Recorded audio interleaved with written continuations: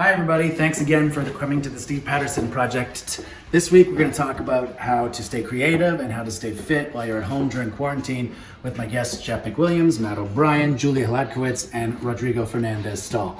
But first, we have to remember the terrible tragedy that took place in Nova Scotia this week, which is where I have family and friends that are like family. We're thinking about you, we're praying for you, and I will be back out there again to entertain and try to bring a smile as soon as I can. In the meantime, please, everyone, stay Nova Scotia strong.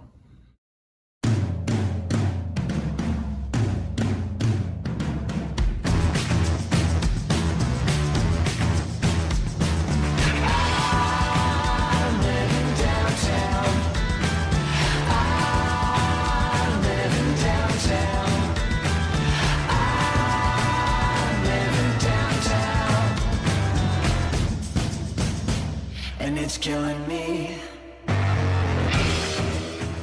Hello everyone and welcome back to the Steve Patterson Projecttt.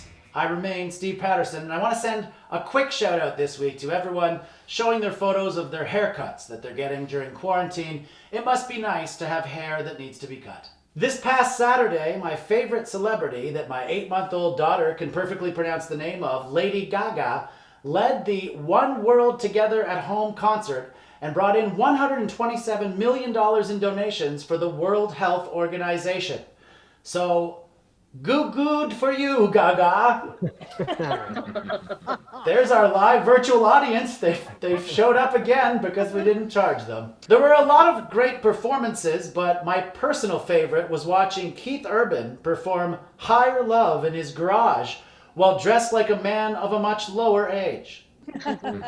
The highlights of his performance were, of course, in his hair. But he did sound a little flat, ironed. I understand that as another hair reference, my writers assure me. Through some magic of editing, he performed with himself twice, proving once and for all that Keith would rather sing with himself 3 times than perform even once with his wife, Nicole Kidman. Come on, Keith, she was in Moulin Rouge and she was great! In Canadian politics, live debate raged this week over how many times our members of parliament should engage in live debate. All party leaders agreed to 1 live meeting per week, except for Andrew, I can't believe I still have this job and neither can anyone else, Scheer, who said he needed to meet live with Trudeau 3 times per week. Scheer was roundly criticized for pushing for more live meetings, but in fairness, he probably doesn't know how to use virtual meeting technology. Matter of fact, if he could have his way, I think Scheer would probably want to quarantine himself with Trudeau in Rideau Cottage, since that's the only way that man is getting into that building. Very true. Some political people in the crowd and some not. Over in British Columbia, farmers are changing their crops from ones that were commonly exported to the US, such as mushrooms and blueberries, to things that are more likely to be in demand locally, such as carrots, salmon, and smugness about the BC weather. Dr. Oz is facing criticism after saying that sending kids back to school may be a very appetizing opportunity. Wait, no, sorry, that's Dr. Acula? Hold on, it's Dracula. Dracula said that sending kids back to school may be very appetizing, because that's the only person that would say such a thing. Who would talk to you that way, you terrifying, though meticulously eyebrowed maniac? Meanwhile, Dr. Phil, who isn't a bad doctor like Dr. Oz, because he's not a doctor at all, also downplayed the virus, proving once and for all that the threat of this virus is only slightly worse than the advice of Oprah-approved TV doctors.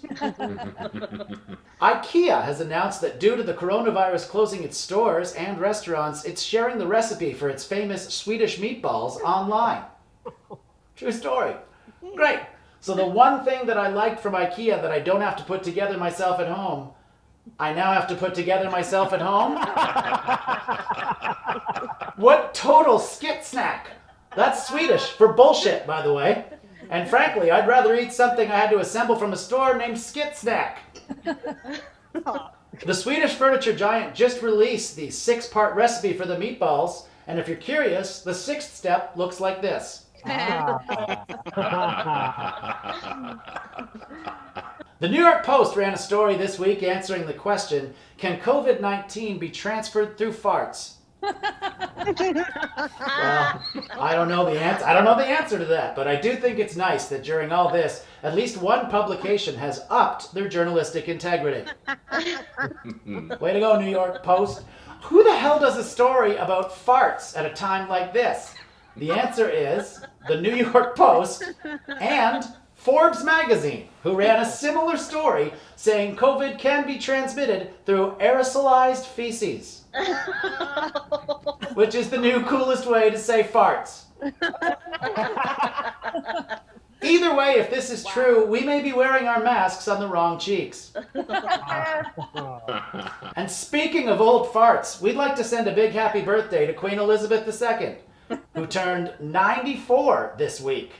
The Queen has asked for nothing as a gift except well wishes, warm thoughts, and if you're feeling really generous, she wouldn't mind having India back. And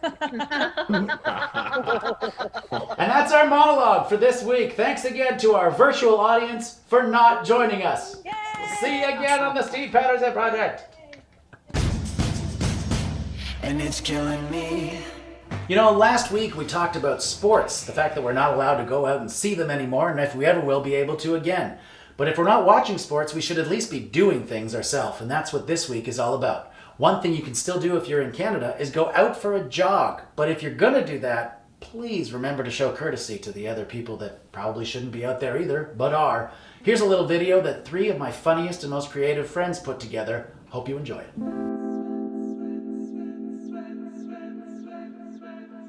Read the news today, saw that medical advice to stand 6 feet away to save a bunch of lives. With all this information, I still choose to go. Grab my sweats and get on with my workout schedule. I think I'll go for a jog, really craving a run. No one seems to be pissed about my distance from them. You can't get mad at me when I run on by. It's not like there's a killer virus outside. I'm a piece of shit jogger, so close to your face. I'm a piece of shit jogger, I keep on running by. I'm a piece of shit jogger, so close to your face. I'm a piece of shit jogger.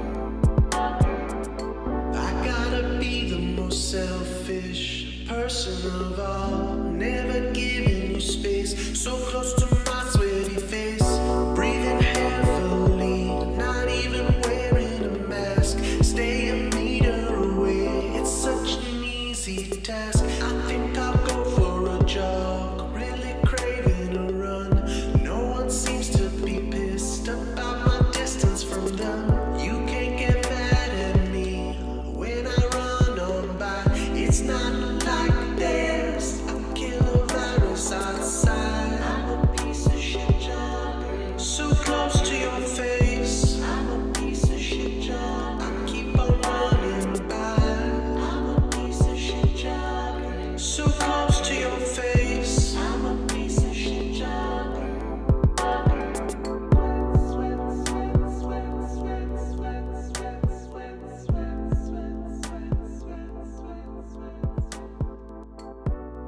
Yeah, that was Piece of Shit Jogger, written by Rodrigo Fernandez-Stoll and starring Matt O'Brien and Julia Hladkowicz. I hope I said it correctly. Yeah, close. Pretty close. Close. I meant to be close.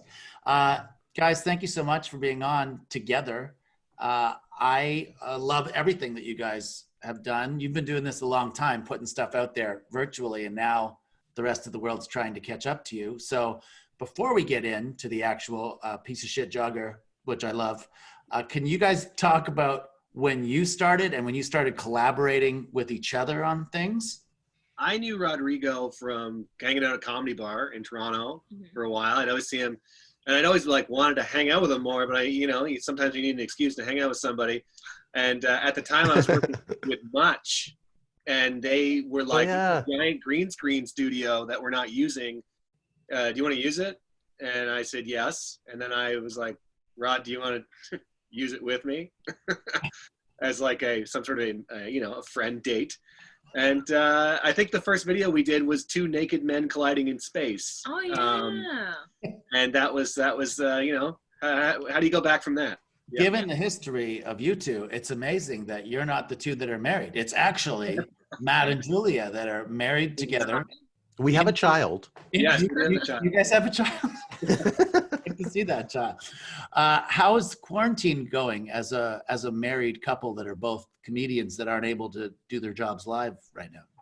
It's going well, actually. Yeah, I don't know. I mean, like, You seem to have two different answers. Yeah. It's fine.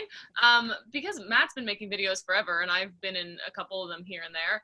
Now we're forced to only make them with each other, so it's, I don't know. I feel very creatively fulfilled. Yeah, we like set up this studio in our parents' basement just with a sheet, and we got a camera here, and yeah, we've just been super busy. We just think of a stupid idea, and then we have no excuse but to execute it immediately. And also, I don't know if you felt this, but creatively, like in a pre-COVID world, I was always so worried about my ideas. I'm like, oh, this isn't funny enough, this isn't good enough, so I just wouldn't make it. But now I'm like, let's just see what happens, and beautiful. Ending up being very rewarding. Every one of you does amazing stuff and puts it out there. And Rodrigo, you're doing a lot of acting and things like Save Me and lots of other projects out there. But Julia, you, I think, have the most online hits of everyone because you had like viral stand-up. And my question to you is, why can't men get ahead in comedy? Why is it always women? Yeah, I do have a viral hit. I think it's at over 17 million views now, and another one at 11 million views. And let me tell you, speaking of men, there are some men who are angry about it out there. Lots of weird messages from lots of sad dudes. It's because it's on her Facebook. Like personal messages? Yeah, like. Oh. Because my Facebook fan page went from like 200 followers to like 23,000, and then it's just constantly dudes. It's a lot of nice messages, but there's a lot of scum out there who will tell me I'm not funny or other horrible things. Yes. So. As I try to do on a daily basis, I apologize on behalf of my gender. I know it's not all men, but there's enough arseholes out there that really make it tough for the non-arseholes. So I would now we better get to the reason that I brought this dream team together, which is Piece of Shit Jogger. Rodrigo, you wrote this, yes? Yeah, I wrote it with one of my good buddies, Chris Rennick, who I write usually a majority of like the Fog and Lasers songs that we do are all with him usually. And then basically somebody was like, yeah, you should just make a song about piece of shit joggers, because I was pretty vocal about it. And then I messaged Matt going, hey, can you guys make a video for this? And Matt was all about it.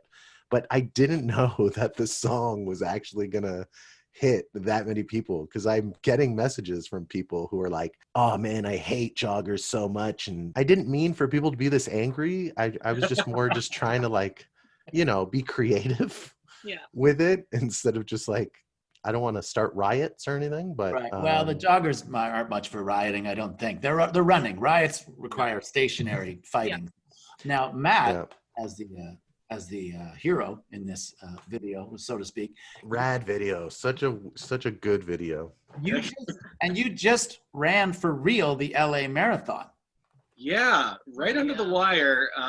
It was like the week before kind of shutdown really happened, and in LA, because it was a goal for years. I've been training for years for it, and they were like they might cancel it, but then they said they're going to go ahead with it.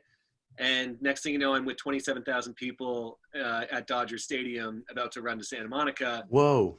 Yeah, it was nuts. And I was like keeping space as much as you could. In hindsight, very dumb. But it was still like, I mean, there was a lot of like people still not giving a shit about coronavirus. Like there was people dressed as like death on the sidelines with signs being like, run, coronavirus is behind you. And like stuff like that. And then I saw a guy with a big tub of Vaseline just offering it to runners, and runners were going by just like, just like rubbing it on themselves. That's for the nipples. For those who don't know, and I've never run a marathon, but that's the one thing I know about them. You're supposed to rub Vaseline on your nipples. I did. There were so many guys coming across the finish line, like just 11s down, like blood streaks. Yeah.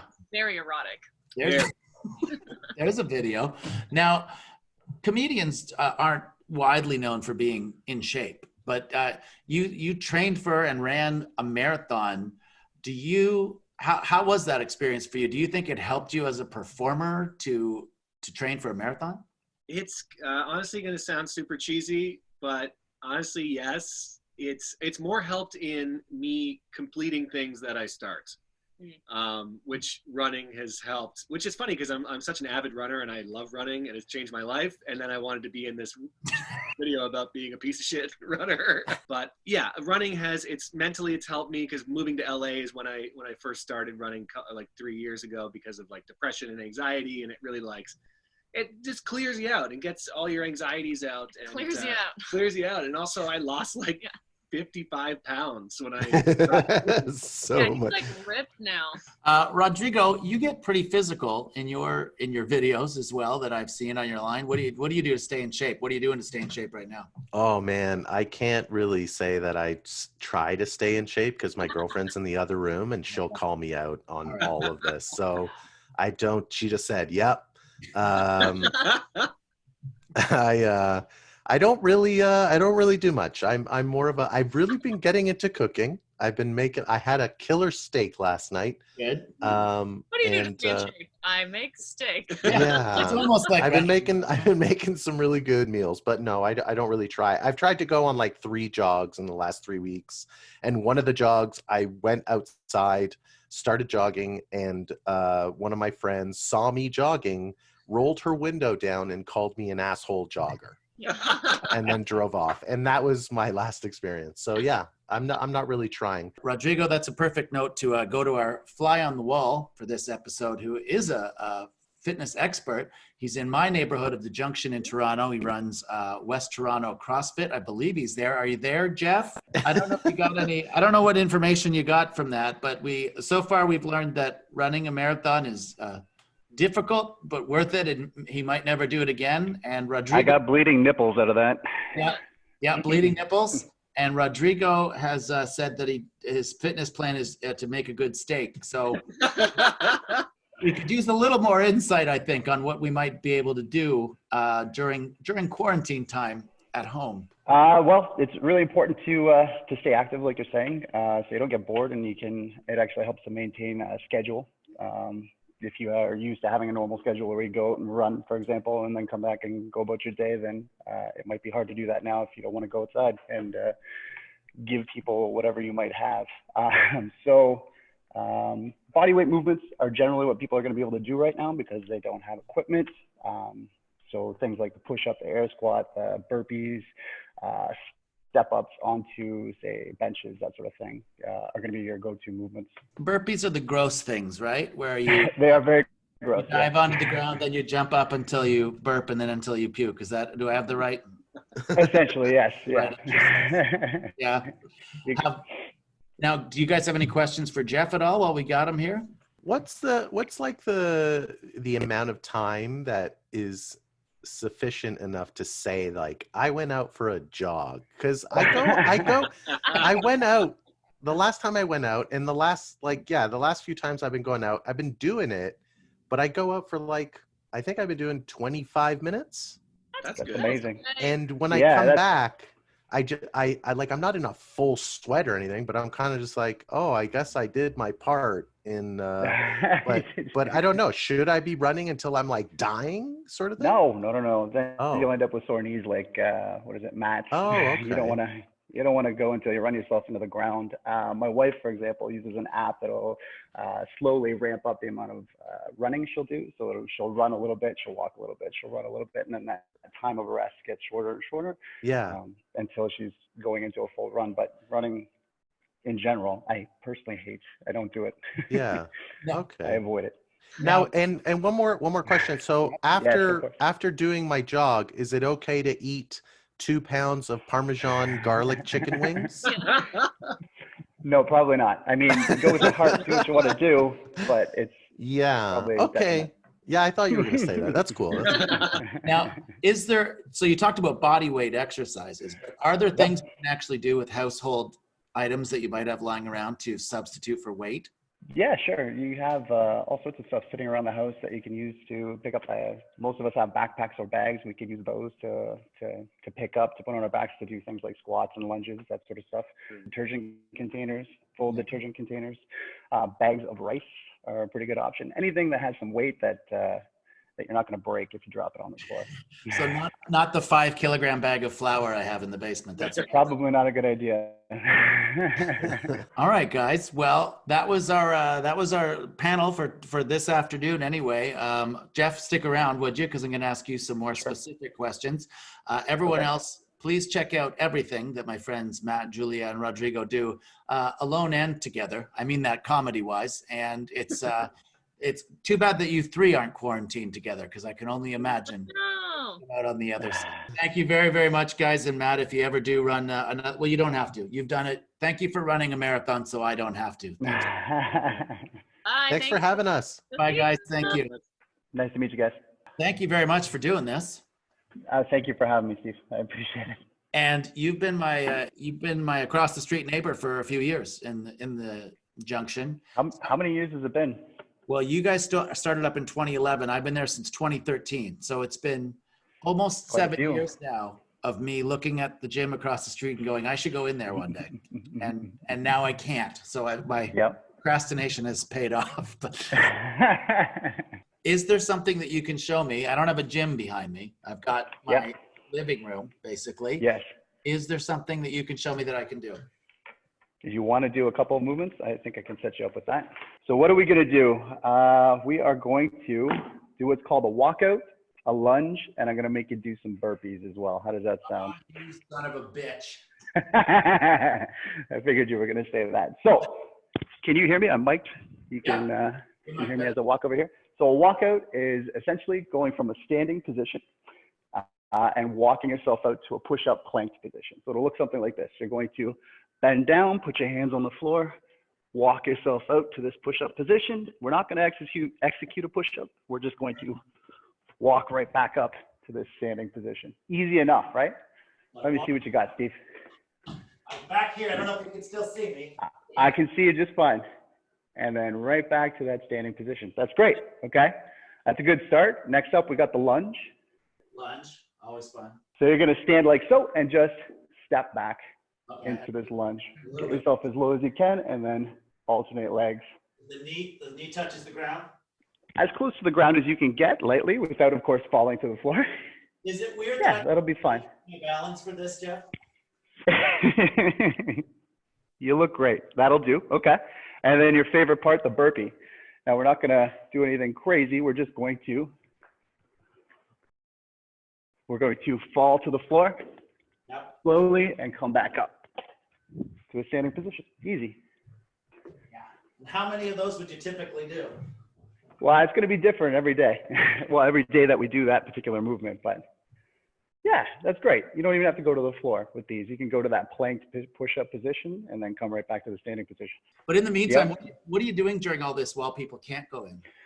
So we're doing our best to keep our community alive by running Zoom classes, which is just essentially a virtual class using the app that we're using right now. So I have my clients have all signed up, and at certain times of the day, just like a regular class in the gym, we meet up and we execute a WOD or a workout.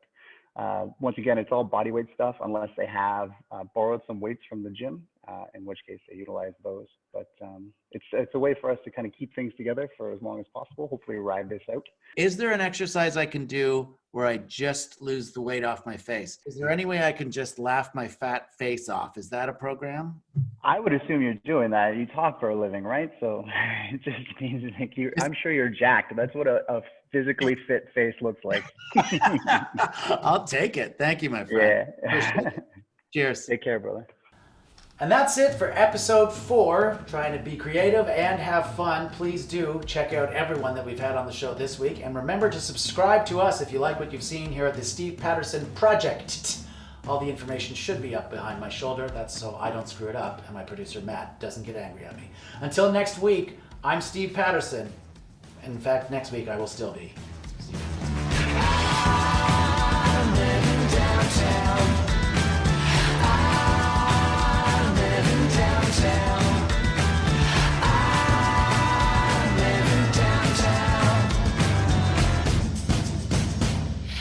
killing me.